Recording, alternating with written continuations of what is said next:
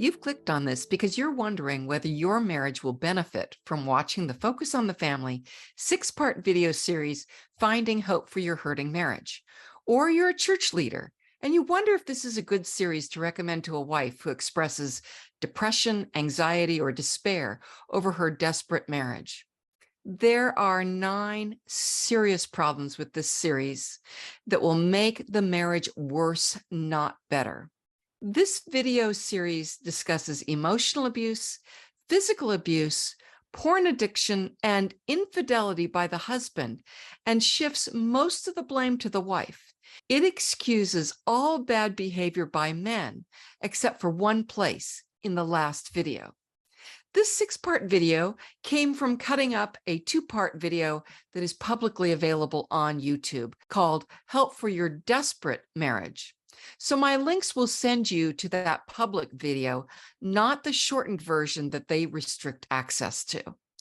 As Christians, we take the sanctity of marriage seriously, and we are steadfastly against frivolous divorces.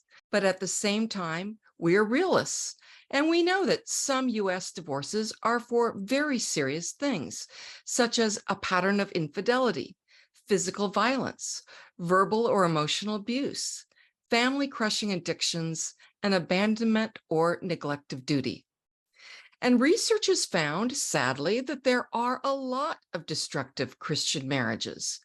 According to a study published in 2019 by the pro-family, pro-marriage organization, the Institute for Family Studies, about 1 in 4 women in highly religious homes has experienced abuse in her current relationship.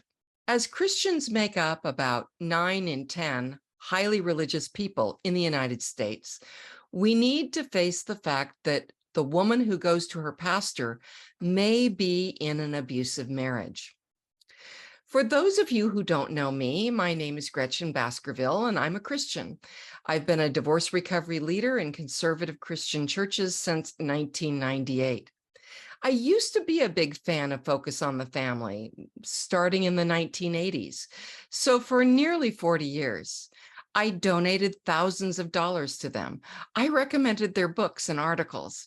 I visited their headquarters in Colorado Springs multiple times. I've sent my teenagers on the Focus on the Family overseas BRIO mission trips. I've seen their president, Jim Daly, speak live twice. I loved their bookstore. In other words, I used to trust Focus on the Family, but watching videos like this one and reading their articles have shaken my trust in them. Let's start with the marketing for this video series. We might expect them to give reliable advice, even sensible advice for these painful marriages. And this 6-part video series does give some good advice. But I'll be honest, I think you'd be better off with the Christian marriage books I've listed in the show notes. And I don't say that lightly. I've watched these videos over and over, reviewed the transcript, and have written 15 pages of analysis, all with links to exact quotes. Look in the show notes or go to lifesavingdivorce.com FOTF video. That's lifesavingdivorce.com/FOTF, standing for Focus on the Family, video. I've also talked to abuse victims who've watched this series, and they said they came away with a pit in their stomach and found only confusion. And I understand why. Before we start looking at this video series, you need to know something. In Focus on the Family anecdotes, the abuser, cheater, or alcoholic is always described as a husband, even though they use gender-neutral language. So even though I know that wives can be abusers or cheaters in a marriage, I'm going to refer to the victim as the wife or she, because Focus on the Family does. And I want to apologize in advance to the many abused husbands who are very good men, knowing full well that you may be a victim of spousal abuse in your situation. So what is so confusing about this series? First, I'll tell you, and then I'll show you in the next video. Problem number 1. This video teaches that wives are to blame for men's marriage-destroying behavior. The message is that a husband cannot choose to change his bad behavior unless his wife has just the right kind of positive attitude. The hosts urge her to keep looking to find that special positive attitude that will influence her husband to change. So basically, they send the message that a husband's selfish choices are 100% the responsibility of the wife. So I have a question. What happens if she has a positive attitude, but he doesn't want to change? Let's say he likes getting things his way and abuses the way he gets it. How can she possibly have a positive influence on someone who doesn't want to be influenced? Problem 2. Only once in this 6-part series are men told their marriage-endangering behavior is sinful and they must stop now. It's during that period of time between the moment a man or boy sees pornography for the first time and the day he gets addicted to it. Otherwise, twice in this video, they excuse the abuser because of his childhood, when we know that most people who are abused as kids are not abusers as adults. Problem 3. The video suggests that wives are responsible for their own major depression. The hosts discuss biochemical depression and situational depression. And the only examples they give of difficulties that might lead to situational depression are the death of a family member and job loss. Remember that this video series is for people in hurting and desperate marriages. According to 42 studies of intimate partner violence, the most common health outcomes of IPV are depression, followed by PTSD and anxiety. Yet they never bring up that living with a person with a pattern of physical aggression, sexual coercion, emotional abuse, and controlling behaviors can lead to depression. Now, why is that? Believe it or not, they just teach the woman that she just isn't grateful for the good things in her modern life. Problem 4. Wives are taught it's simple to curb their husband's physical violence. All she needs to do is stand up against it right from the start, get to safety, and insist on him getting counseling. The hosts literally blame the battered wife for letting it persist, meaning letting the violence persist. In the video on physical abuse against wives, they blame the wife 5 times, excuse the husband, and suggest that a full 180-degree turnaround is common after a little bit of counseling. Let me tell you, it's not. Only 2% of batterers change, according to experts who work with them. If Gary Chapman were a real licensed counselor, he might be censured for this unethical advice, but he's not a real counselor, and I'll talk about his lack of credentials later at the end of this video. Problem 5. In this video series, produced for people in hurting and desperate marriages, Jim and Gary defend and excuse husbands repeatedly. Jim Daly states, "I doubt people want to be controlling," suggesting all husbands have good intentions and their wives are just overreacting. Jim disregards the harm caused by some husbands. Gary also offers excuses for men's controlling behavior, which he elsewhere admits is not what God wants. He attributes it to their upbringing by controlling parents, which gives the husband a free pass for his behavior. This perspective is offensive to those who have grown up in toxic environments, but consciously choose to treat their spouse with respect and decency. Problem 6. The host's advice gives the message that expecting men to exert themselves to become mature individuals is simply asking too much of them. In nearly every anecdote they offer, they describe the marriage-endangering sins committed by the husband as being A, due to the wife's lack of positive attitude and influence, or B, because his behavior is so addictive that he is incapable of stopping himself. Problem 7.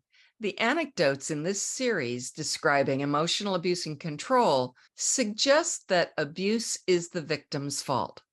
In part 4, on controlling marriages, instead of describing serious controlling behaviors such as waving weapons, making subtle threats, giving put-downs, showing contempt, name-calling, disrespect, road rage, stonewalling, exploding, stalking, and other ways of controlling and punishing the wife, Jim and Gary give an anecdote where the wife objects to her husband installing low-flow shower heads, which makes the wife's story of control seem petty and ridiculous.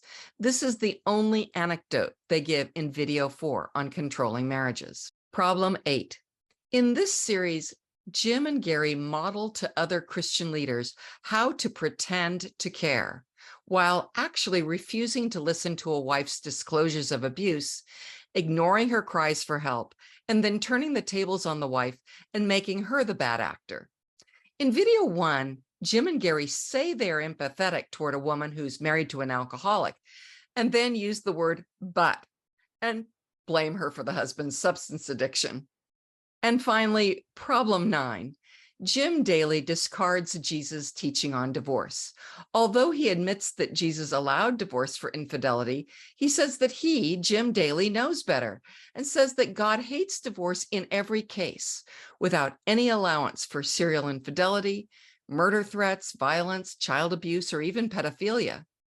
Focus on the Family reports that they get a lot of phone calls from women contemplating suicide, reporting abuse, and asking for advice to deal with a child molesting husband. And I'm not surprised. What surprises me is the message of this video, that wives are trapped. Now, in the next video, I'm going to explain the pros and cons of this series. I'll go through each of the 6 videos and give you an example of at least one pro and some cons. If you want more detail, I've done an article going into more depth, and it's got timestamps and links to each portion of the video, so you can view it yourself. This 6-part video came from cutting up a 2-part video that was publicly available on YouTube called Help for Your Desperate Marriage. So my timestamps will take you to the public version, not the private version. Jim Daly, president of Focus on the Family, starts the show. He appears to want to establish credibility for the teachings in this series by introducing his guest, Dr. Gary Chapman, who's a best-selling author. Immediately, it becomes awkward when Jim Daly asks Gary how many couples he's counseled. Gary Chapman is not a licensed therapist.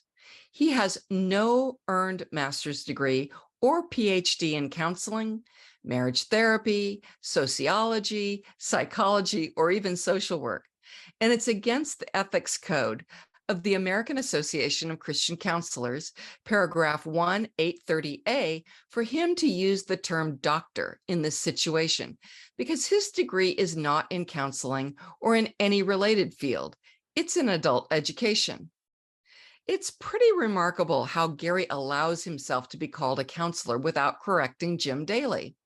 I had a professor at Wheaton College who had written a major textbook on archaeology, but didn't have a PhD in the subject, just a master's.